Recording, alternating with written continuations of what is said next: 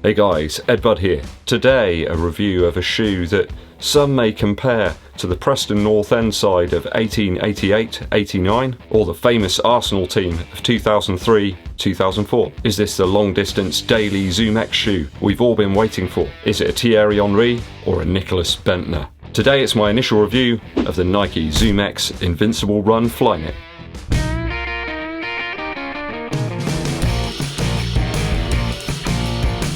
Very quickly, this is a shoe that I have purchased with my own Earth credits. I've got no apple carts to upset, axes to grind. No one's paying me to make this review, I'm just doing it because I love it. And another caveat, I've actually sort of worn the shoe for some decent miles, a reasonable range of paces to give you all a good taste, I suppose, of what the shoe has to offer. Stats wise, you can see there's a considerable amount of ZoomX here.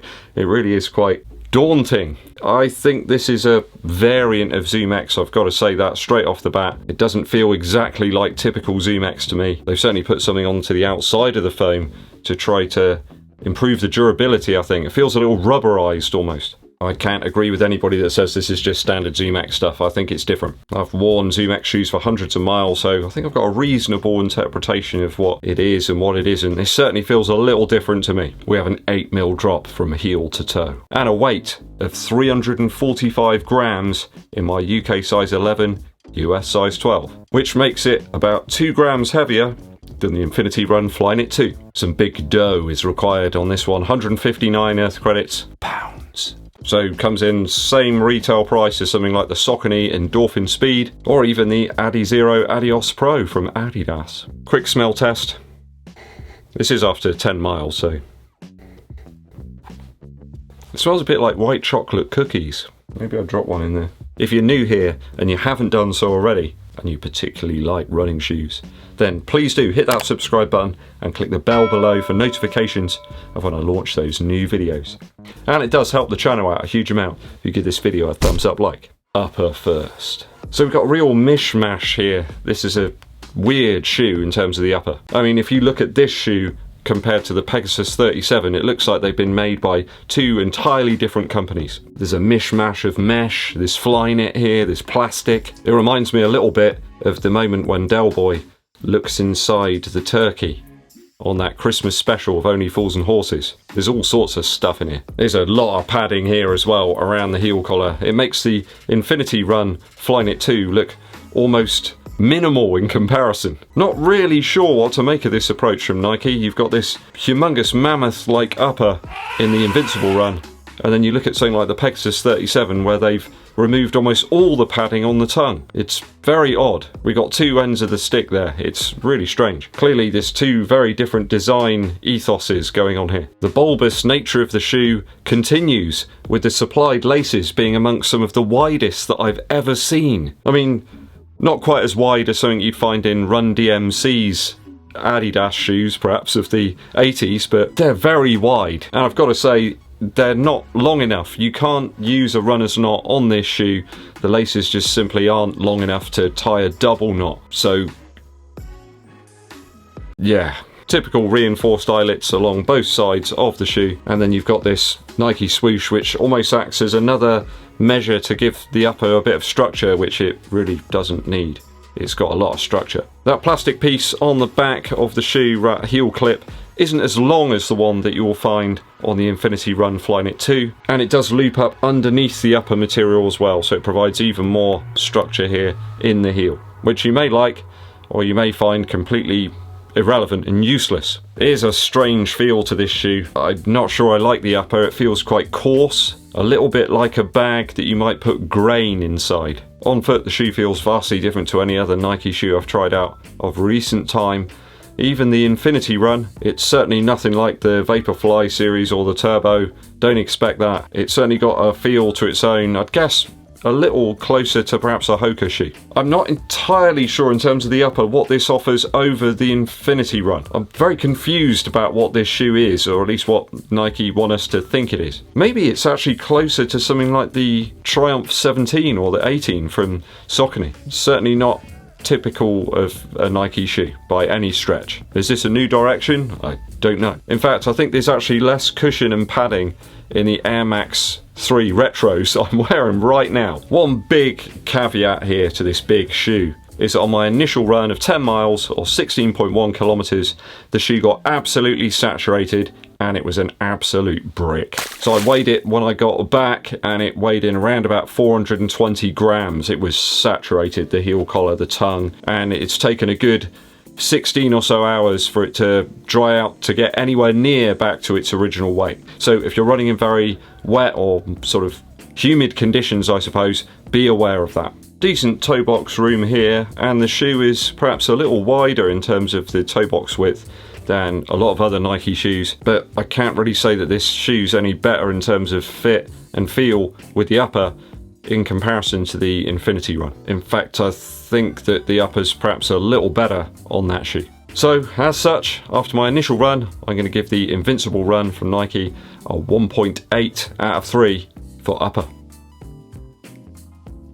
Midsole now. So, full ZoomX midsole. Surely that's got to be a good thing, right, Ed?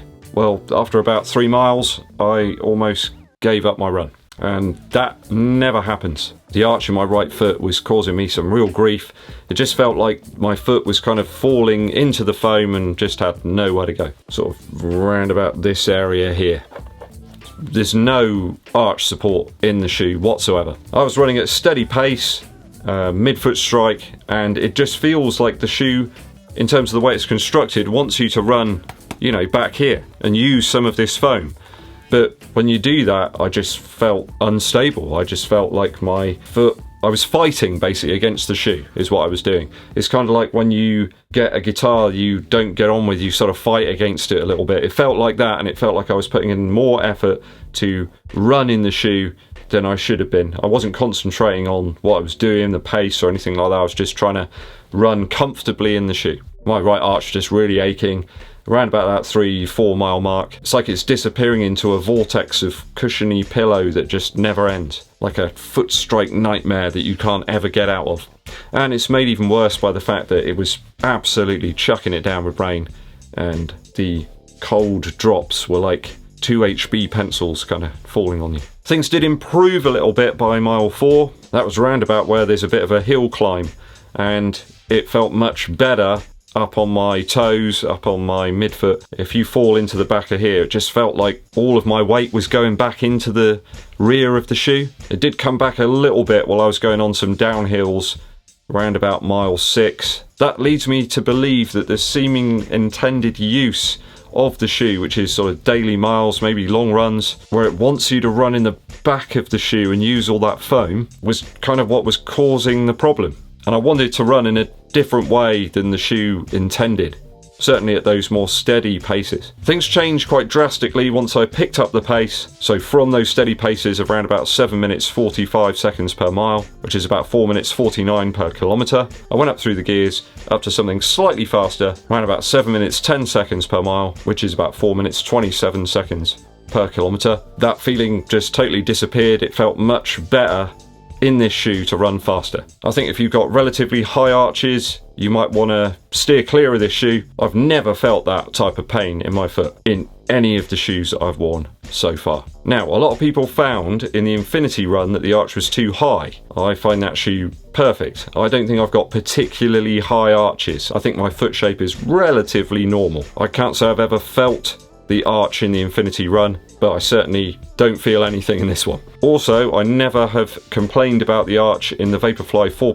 Flyknit, the Next Percent, or the Alpha Fly, and people complain about the high arch in that all the time. I think the midsole's a little wider there. That surface area might benefit some people with that wider foot, or perhaps if you've got a flatter foot, and my foot is neither of those things really. Does this feel like the Vaporfly 4% Flyknit underneath? A daily Next Percent? Or even something you could train in if you're using the Alpha Fly? I've got to say no, that this foam feels a little bit different to me than those shoes.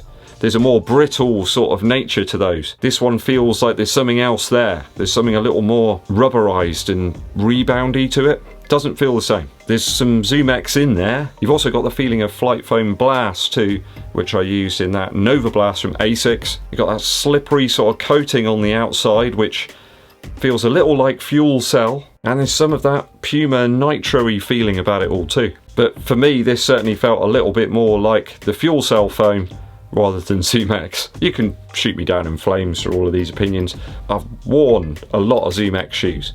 Half marathon PB is in a ZoomX shoe. This feels different to me. So the 5 faster miles towards the end of my run were fun, but the initial 5 mile steady effort left a lot to be desired. I think they've done something to the foam to try and make it a little more stable. Anyone who's run or raced in a ZoomX shoe will know that that compressive, brittle kind of feel that you get from the foam is the hallmark of it, really. And this feels to me like a bit of a facsimile of that feeling. Did it make me run more efficiently or use less energy? Pace seems good on my initial run, but that dagger-like rain did panic me at one point. My hands were literally frozen. I couldn't move them at all. So I did have to stop, try and sort out my gloves, put anything else I could on my hands to try and warm them up. Due to the cold, the rain, the moisture, the heart rate data is just all over the shop today. Not really readable, relevant evidence there to suggest that I ran more efficiently. Though the Kouros watch produced some more reasonable results, there's a little more consistency there and we can put a bit more belief into them. In terms of effort, it's still quite high, and it's actually prompted me to grab a chest strap as well to use in the future. I can't get any reasonable data from any of my sensors right now. I think only after more testing will I be able to determine if there's a reasonable energy return here. Are the properties of this mammoth actually going to benefit anyone? Till then, what on earth is this shoe? Built for everyday running supposedly, felt passable at steady paces but much better at faster paces towards my half marathon goal pace. I'm going to give this a 1.8 out of 3 for midsole after my initial run. One quick note, those that are interested, the insole in the Invincible Run is closer to that you used to get in the Zoom Fly series. So, there you go. Outsole now. Right, we've got some positive stuff to talk about now on the outsole. This is the best element of the Invincible Run. Tiny waffle-like protrusions gripped the slippery paths of my local lanes. Cold concrete was hugged by the Bowerman bumps. Even on grass verges, the Invincible was victorious. Is that excess rubber here to add to stability? I mean, there's a lot of rubber here. I reckon there's more rubber here than on the tyres of my Nissan Micra. But why has it not been used on other shoes? You know, is this so new that they haven't implemented it anywhere else? It's the same as you'd find on the Tailwind 79. It's the same things, but smaller. They just got more of them there. It's like it's been created using the waffle iron of a Sylvanian family's figure. Not once on the 16-kilometre run did the outsole give in, and footing was assured throughout. How long though, friends, will the rubber protrusions last? What's their durability? We just don't know. I'm going to get back on the grind in true Emily Heller style to test these out for you up to the 161-kilometre mark. So, only going to reduce the score a little bit due to the fact we really don't know the durability of this rubber, and it seems like there's an unnecessary wrap around part of the midsole. There's just a lot there. I'm going to give this a 2.7 out of 3 after my initial run for outsole. Value now. Okay, so value-wise it's going to be tough for me to recommend this shoe to you over the Infinity Run. Poor arch support for somebody who has a relatively normal arch, a overly water and moisture absorbent upper in the tongue, and the heel collar. Super wide laces, but without enough actual lace to tie a runner's knot. I mean, you can tie the knot, but you can't double tie it. Who's going to do that? That's just crazy. I mean, one thing you got to get right in a shoe: get the laces right. And who tests this stuff? Seriously. It leaves me speechless. This strange facsimile of a ZoomX midsole, more an energy sponge than a blast. Supposedly for everyday running, weighs in 345 grams, but at a price of 160 Earth credits, same as the Peg Turbo 2. I think that's a better utilisation of ZoomX, clocking in £20 more than the Infinity Run Flyknit 2. I've got to say that the jury is firmly out on this one for the time being. I need to get some more miles in it to try and figure it out. It's a bit like one of Father Brown's mysteries. I'm going to give it a 1.8 out of 3 for value. I've certainly tried out better value shoes than this. So if I've totaled up the scores correctly, that gives us an 8.1 out of 12 for the Nike ZoomX Invincible Run Flyknit.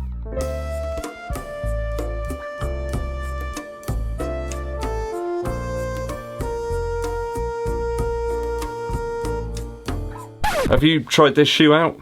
Have you figured the puzzle out? Is it some sort of weird joke from Nike? I'm sure there's lots of people out there who are going to really love the shoe, but for me, it leaves a lot to be desired. I just don't understand it from a product point of view. Product placement, you've got other things around it. You know, a better shoe in the Pegasus Turbo 2 for the same amount of money. It just makes no sense to me whatsoever. It's musical interlude time. Going back to the late 90s now, 1999 to be precise. I've been checking out Friends and Lovers by Bernard Butler.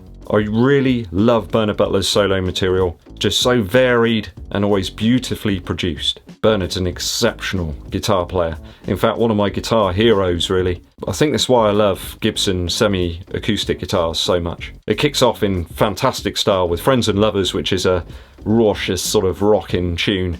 Loads of great electric guitar on there and some sort of crazed manic sort of solos. Nice and short little concise things that Bernard always throws in there, like a box of fireworks. You Must Go On is a great track as well, like a call to arms really. Lots of energy in that tune. It's always been one of my favourites. There are quieter numbers on here, though, more ballad style tunes. Everyone I Know Is Falling Apart is one such track, along with Has Your Mind Gone Away as well. Although that's got some real peaks and troughs. Let's Go Away is a winner as well. Another really up tune, a fantastic guitar solo in that one. Loads of Bigsby vibrato, it's just tremendous. I think this one released just before Creation Records folded, so it got overlooked really for a long time. Go and check it out. Friends and Lovers by Bernard Butler. Okay, thanks for watching through to the very end of the video, guys. I very much appreciate it. If you haven't done so already, hit the subscribe button and click that bell for notifications when I launch those new videos. It does help the channel out a huge amount also if you give this video a thumbs up like and share it with your running buddies. My name's EDDBUD and I'll be seeing you